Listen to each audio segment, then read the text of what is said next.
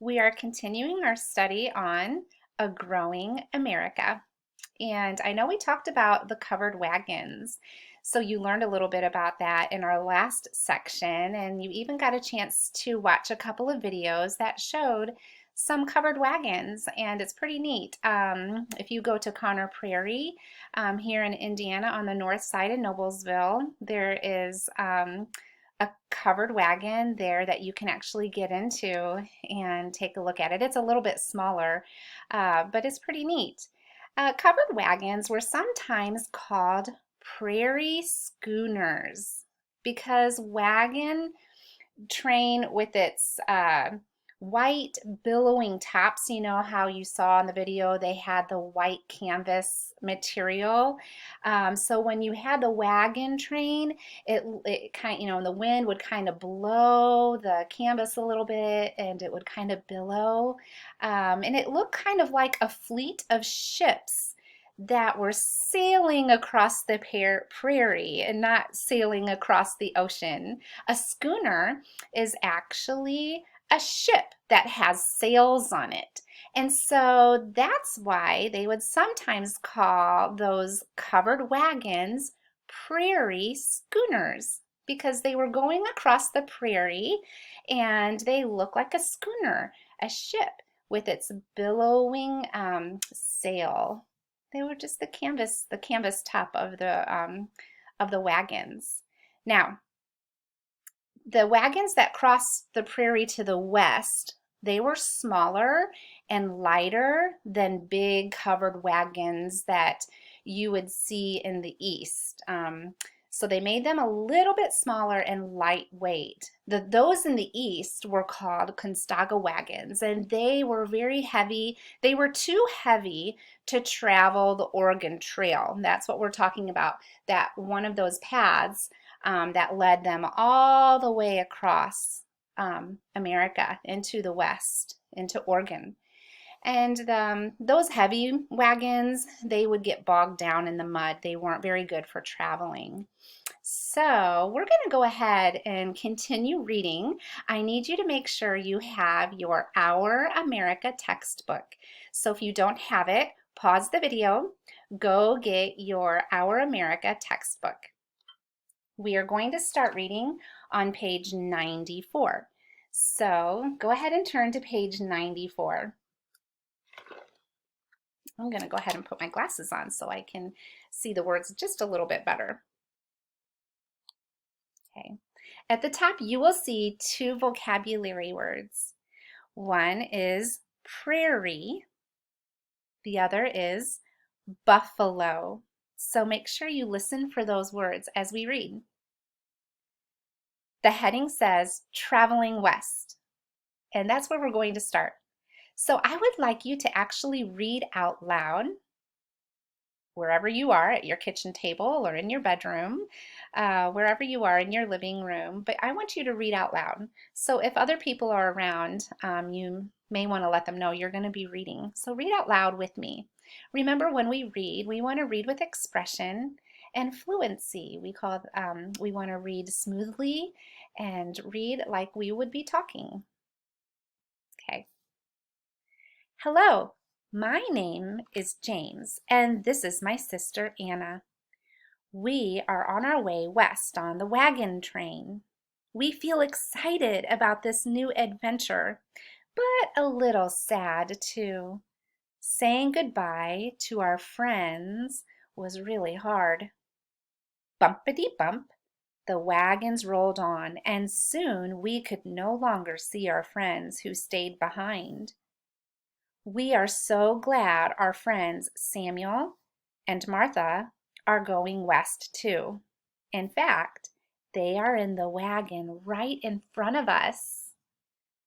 And so you can see the two children in this story that we're reading about, James and Anna. You can tell the way they're dressing, the way they dressed is much different than the way we dress. Let's go ahead and take a look at page 95. Crickety creak, the wagon wheels roll over stones and through forests. Each day the wagon master leads us as far as he can. On rainy days, it's hard to get very far. Our wagon wheels sink in the mud easily. On those days, we have to make camp until the ground is dry. Days have passed. Day by day, we moved farther west. Day by day, the land changed. The forest was gone. Instead, there were all kinds of flowers, bushes, and trees that we had never seen before. More days passed. At last, our wagons rolled onto the prairie, and now there were hardly any trees. All we could see was tall prairie grass waving in the breeze. So the prairie looks much different than what they had traveled through before, where there were lots of trees and it was wooded. So the prairie, it's mostly grass and big tall grass, not very many trees. So that's the prairie. Sometimes in the morning, the wagon master sends my father and other men on horseback to hunt meat. There are prairie chickens and rabbits, but what we really hope for is buffalo. We saw that in our video yesterday. A large buffalo would be plenty of fresh meat for everyone. It would taste so good after days and days of salted bacon. Turn to page 96. You should have seen Anna's eyes the first time she saw a buffalo. From nose to tail, a full-grown buffalo can be over 10 feet tall. That's much taller than your dad. The wagon master told us that a buffalo weighs about 1,000 pounds.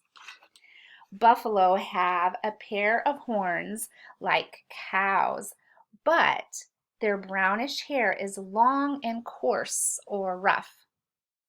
Anna and Martha giggled. The buffaloes have beards. The other children laughed too. The wagon master told us that the buffalo is the largest American animal. The Indians hunt the buffalo too. They eat the meat and use the buffalo skins to make clothes and tents, the wagon master would say. Turn to page 97. Do you think we'll see an Indian? We asked. You'll probably get to see one before long, said the wagon master. The next day, as the wagons rolled on, we did see an Indian. He sat proudly on his fine horse and watched the line of wagons pass by. He seemed to get smaller and smaller as we watched him from the back of our wagon. Each day at noon, the wagons rolled to a stop. My mother and the other women climbed out of the wagons and began to prepare lunch.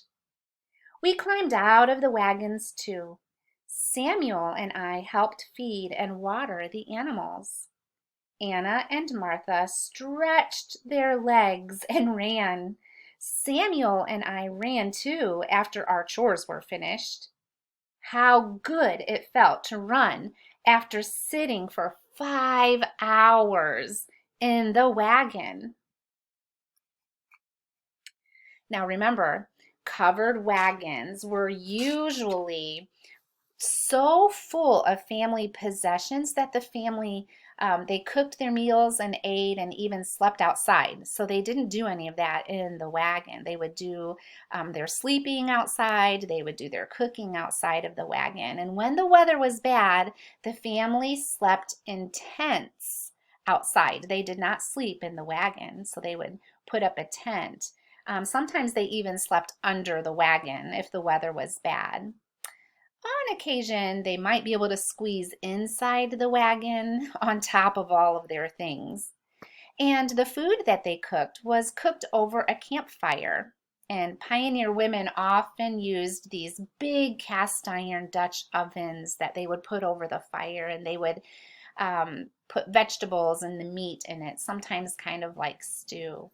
And firewood had to be gathered along the trail. And so the children would sometimes have that job. They would gather up some sticks and the wood, the pieces that they would see.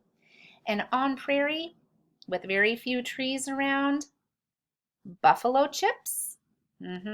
That's dried, hardened buffalo droppings, if you know what I mean. Guess what? Those buffalo chips were used for fires. Yeah, they would use those for fires. Ew. It was usually a job for the children to gather those. Would you like that job, picking up buffalo chips? Ugh. So that's how it was when they would travel on the Oregon Trail. Let's keep reading. Page 98. "You're it!" cried Samuel as we began a game of tag, but suddenly the game stopped. There were several small holes in the ground. "I wonder what lives in there?" Anna asked. In another hole not far away, a small furry animal popped out to stare at us. From another hole, out came another. Samuel and I tried to catch one, but the small animals always popped back into their holes. "They are prairie dogs, children," said the wagon master as he walked by. "This is a prairie dog town." Suddenly we saw a black shadow moving over the ground. Pop, pop, pop, every prairie dog disappeared into its hole. Why do you think they all disappeared so quickly? There was a dark shadow. We looked up to see a hawk circling the prairie dog's town. The hawk watched the holes. "Too bad, Mr. Hawk. You'll have to find something else for your dinner," I laughed. "It's time for our dinner," shouted Samuel. Then off we ran for a dinner of leftover buffalo meat, cornbread, and molasses. As soon as everyone finished, we got back into our wagons. "I wonder what else we will see today. This land is full of surprises." The wagons rolled on. Bumpity bump, crickety creak. Wow. So prairie dogs, that would have been kind of fun. Prairie dogs are kind of like a rodent, a type of ground squirrel, and they have tan fur and they bark. They have like a bark-like call, and they usually have stout, round bodies. Prairie dogs live underground in colonies, and they live in family groups, and their burrows usually are about 6 to 9 feet below the ground, about a little taller than me under the ground. That's how far they dig their burrow. When prairie dog spots a predator, it will alert other prairie dogs with a really high-pitched bark. And prairie dogs are prey for such animals as hawks. They got to watch out for the hawks. Foxes, badgers, and golden eagles. Ooh, they don't like those predators. They have to pop back down into their hole when they see those shadows. So that would have been kind of fun to watch those prairie dogs pop back up and out and back in their holes. So, well, I think we're going to stop reading right there today. I hope that you've enjoyed reading your text today, and you'll have another assignment that have some questions about what we just read. So have a great day.